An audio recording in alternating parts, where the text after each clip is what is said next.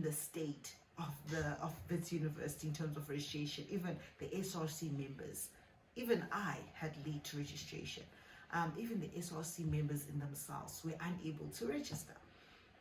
And then having sorted out the registration, now you struggle so hard to sort out your own registration.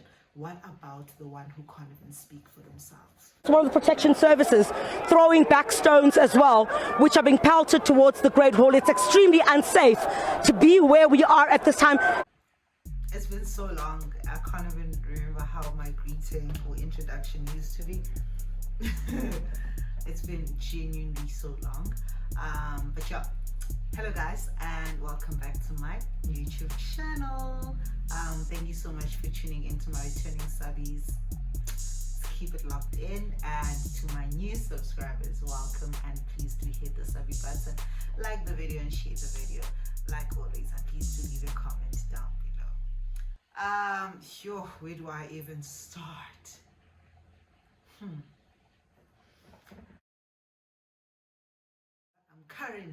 currently, I was trending for my for a lot of things. Oh goodness.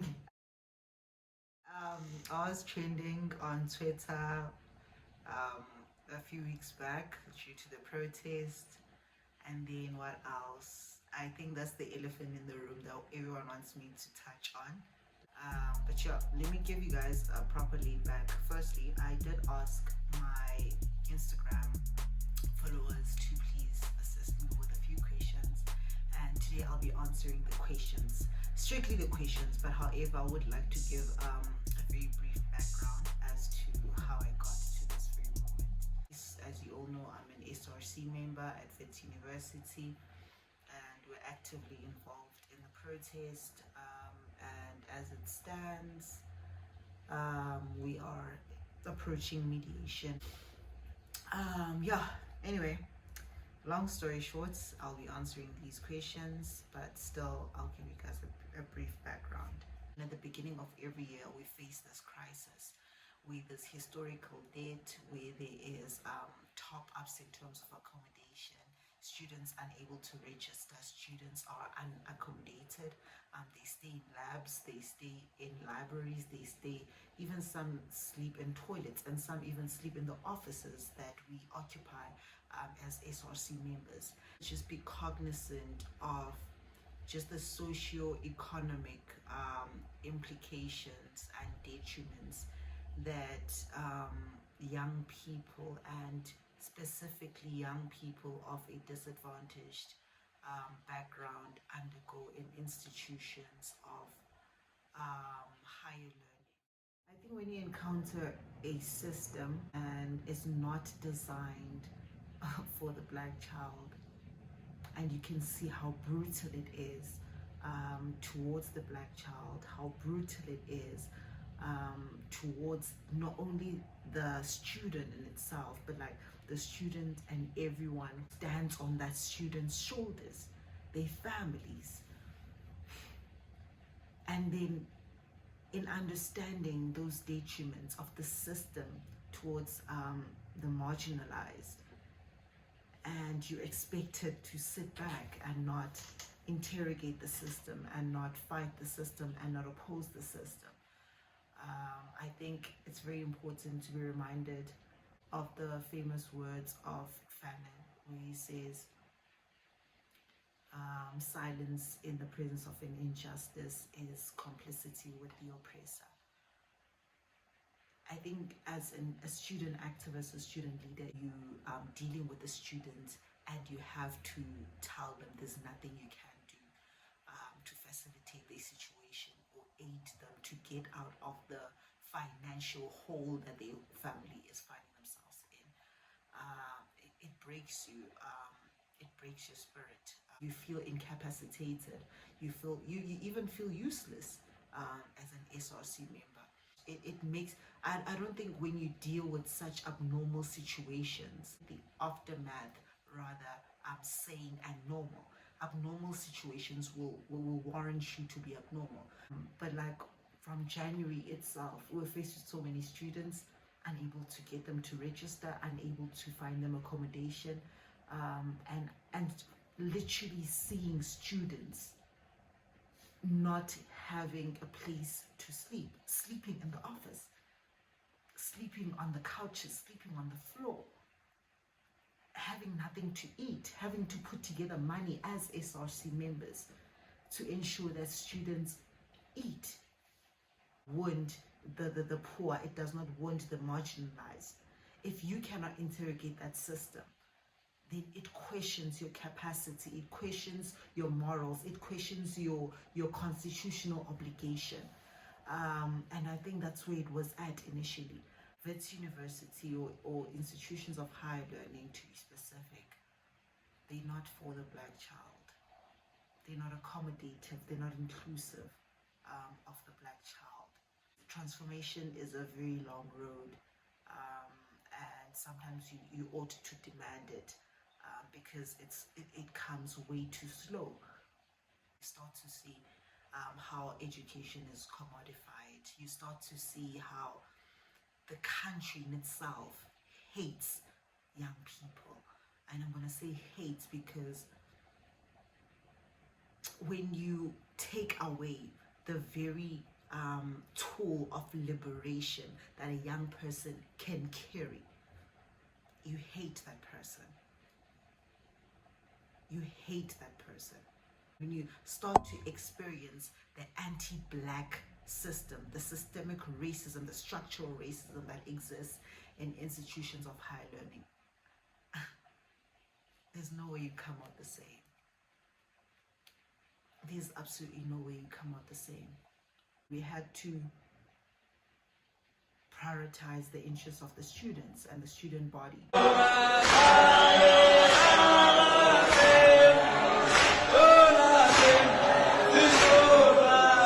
And that's how we ended up. We ended up.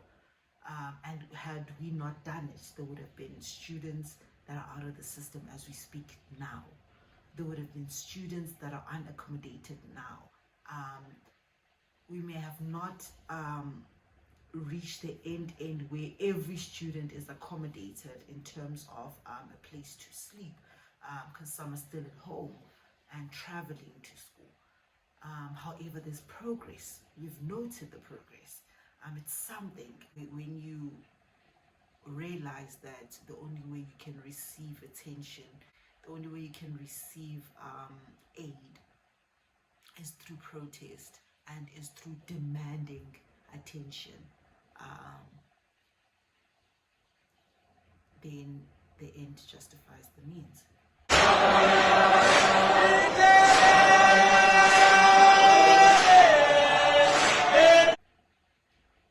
The end justifies the means. But a lot of students were able to register following our protest. A lot of students were accommodated following our protest. So you could see the fruits of it, and then it goes back to my justification initially that the end justifies the means. Okay, so on to the questions that were asked on Instagram. The first one was, where can one get affordable places that do teeth whitening and fillings? Okay, so basically, if you guys know of tertiary institutions, Wits, UP, UCT, UWC, UKZN, if you live closely, even Sibaca, SMU, if you live closely to those institutions, that's where you get affordable dental care. It's not free, but it's affordable. Bring a copy of your ID, proof of residence, 75 rands, and proof that you're a student, if you're a student, or proof of your salary if you are employed. And then they're going to charge you at affordable rates because it's a public institution. Now they're taking it on the basis of referral. So yeah, they're taking on the basis of referral now. So you might want to go to a local clinic and try and get a referral first before you go to Wits dental. But you can DM me on the details. Yeah. Are you still suspended? How's dentistry going? You are beautiful. Who said I was suspended? Who said I was suspended? Yes. It's probably a Wits student, so they know. I am still suspended, but it's a partial suspension. Like, you guys need to understand, like, Wits tactics. Like, this is intimidation. Like, student leaders are intimidated in this regard. All the people who were in the forefront leading the protest were suspended, whether it be SRC members or just student activists. We were all suspended, but our suspensions have now been varied to partial suspensions. I might call it that, in that we're still able to attend lectures, you can attend clinics, you can do whatever you want. The only thing that you can't do, for example, is basically when you go to campus, you have to go for academic reasons. You can't go for like mass meetings, you can't go to engage comrades, SRC office. I can't even go to my office, but I only go to school for academic reasons, which is okay. But by the end of it, also like the suspension charge was that this is funny. The suspension charge, obviously they couldn't find anything on me because I didn't do anything on campus, or rather anything much, because obviously they have this. What did I do? Oh, so basically I used my car. I packed bags, like plastic bags with papers and all of that, and I took them to Empire Road where the protest was happening, so that they could have resources. So basically I was, supplying resources for the protest. So they caught that on camera, and they said that my grounds for suspension my grounds for suspension were driving my car out and taking the bags out and basically blocking a nearby road, or a road that is close to the entrance of the university. And my chat is, but it's not in the university, so it's outside of your jurisdiction. And that's my grounds on the hearing, in that it's outside of Wits jurisdiction, so they must calm down. But yeah, the suspension was purely intimidation. I don't think that's sufficient grounds. I don't think I'll get charged for that, because I've already stated that that's outside university premises and that's not within Wits jurisdiction. But anyway, long story short, yeah. Did you do ComServe after OH? No. Oral hygiene has no ComServe. After 3 years, you go and work immediately. And then how did you do it? How do you do it rather? You're an SRC member, health science student, and working. I don't know how I do it. I would literally be lying. If I say this is how I do it. I'm the most disorganized person ever. I'm not gonna lie. But at the same time, I try my best to do what I need to do. Yeah, I think that's the best way to put it. I think one of the benefits as well is that as an SRC member, you're only like very busy in the beginning of the year. After that, you can focus on the academics, and that's exactly what's happening. We're only busy in the beginning of the year, and we only got back to being busy because of the protest. However, we're planning to have finished with like major SRC work by Feb, and then now focusing on our academics.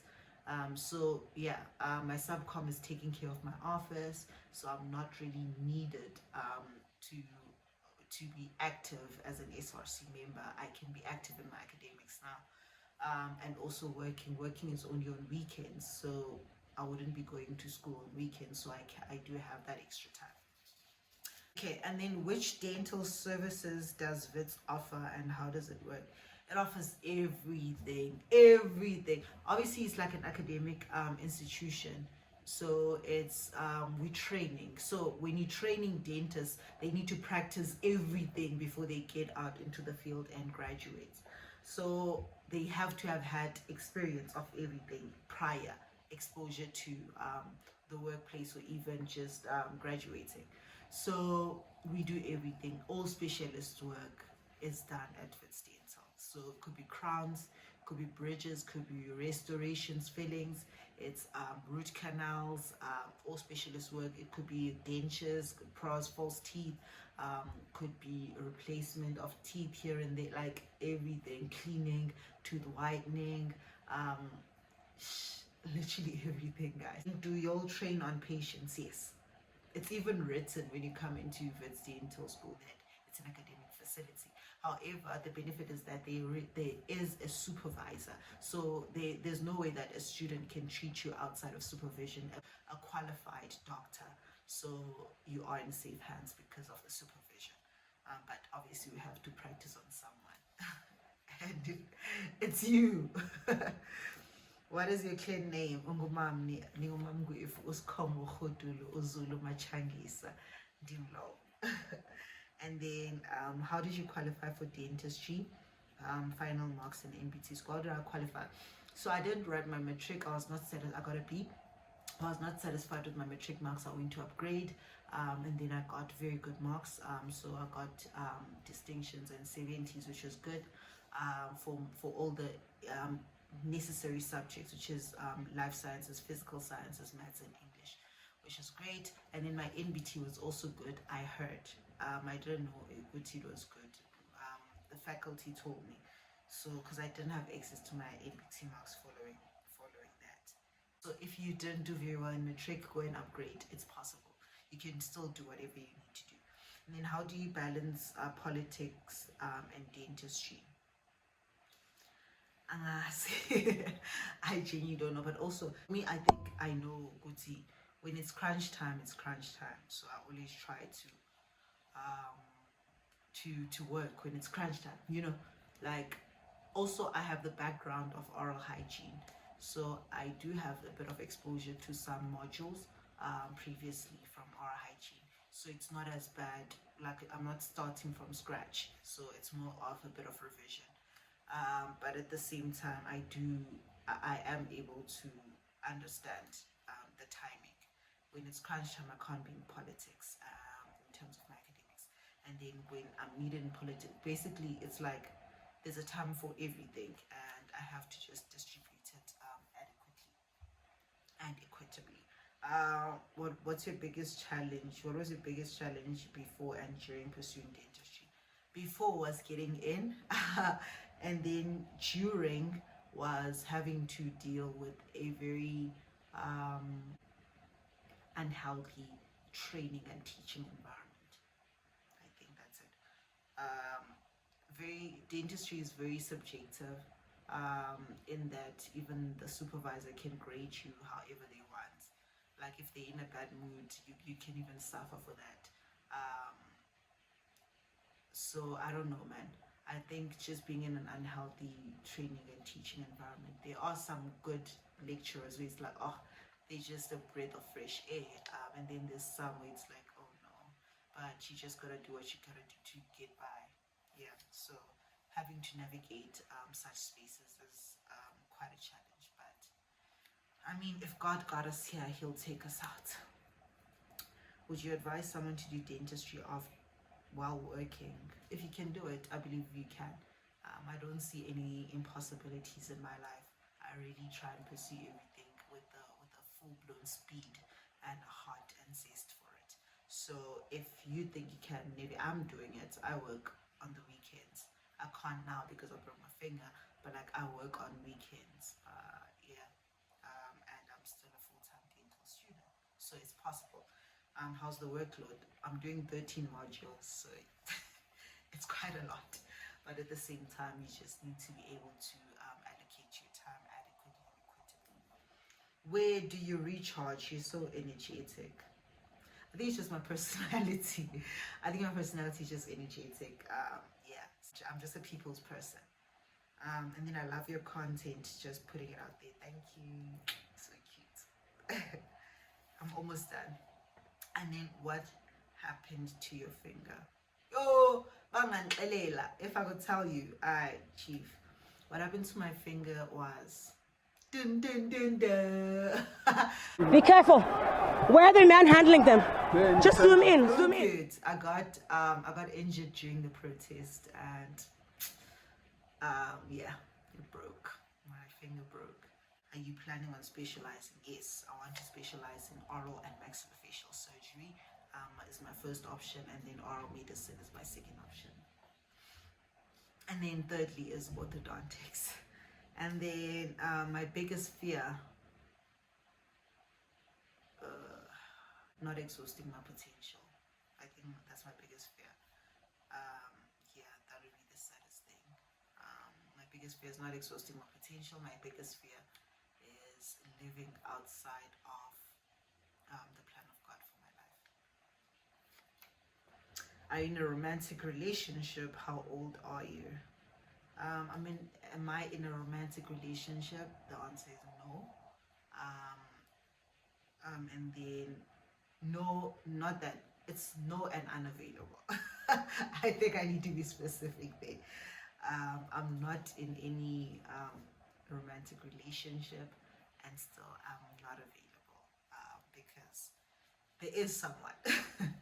There is someone. Yeah, and then how old are you? How old am I? I did oral hygiene, which was 3 years. You guys can put it together. I took a gap here. I did oral hygiene, which was 3 years. And now I'm in my 4th year of dentistry. So I've been at Wits University for 7 years. I'm 25. And then want to change course from engineering to dentistry next year. Advise. I think you can do it. I genuinely think you can do it. Please try it. If you feel like that's where your passion lies, pursue it. Don't let anyone tell you otherwise. And also, as a piece of advice, visit health science faculty. Please visit health science faculty. The faculty registrar, maybe also Ms. Tabita Mahedi there. She's so helpful, and she'll just assist you, guide you in the process of doing it. So visit her, tell her your intentions and how much you love dentistry, and that will give you a step ahead. That'll put you a step ahead because at least you're known and you're being guided, and you're already within the system. Balance sisi wenzanjani lento, politics, SRC, personal life, dentistry. Hey guys, I don't know. Ultimately, it's knowing what you want. For me, I'm very self-aware. I know what I want. I know where I need to be in 5 years. So if I have to expose myself to all of these things in order to be where I need to be, then I will.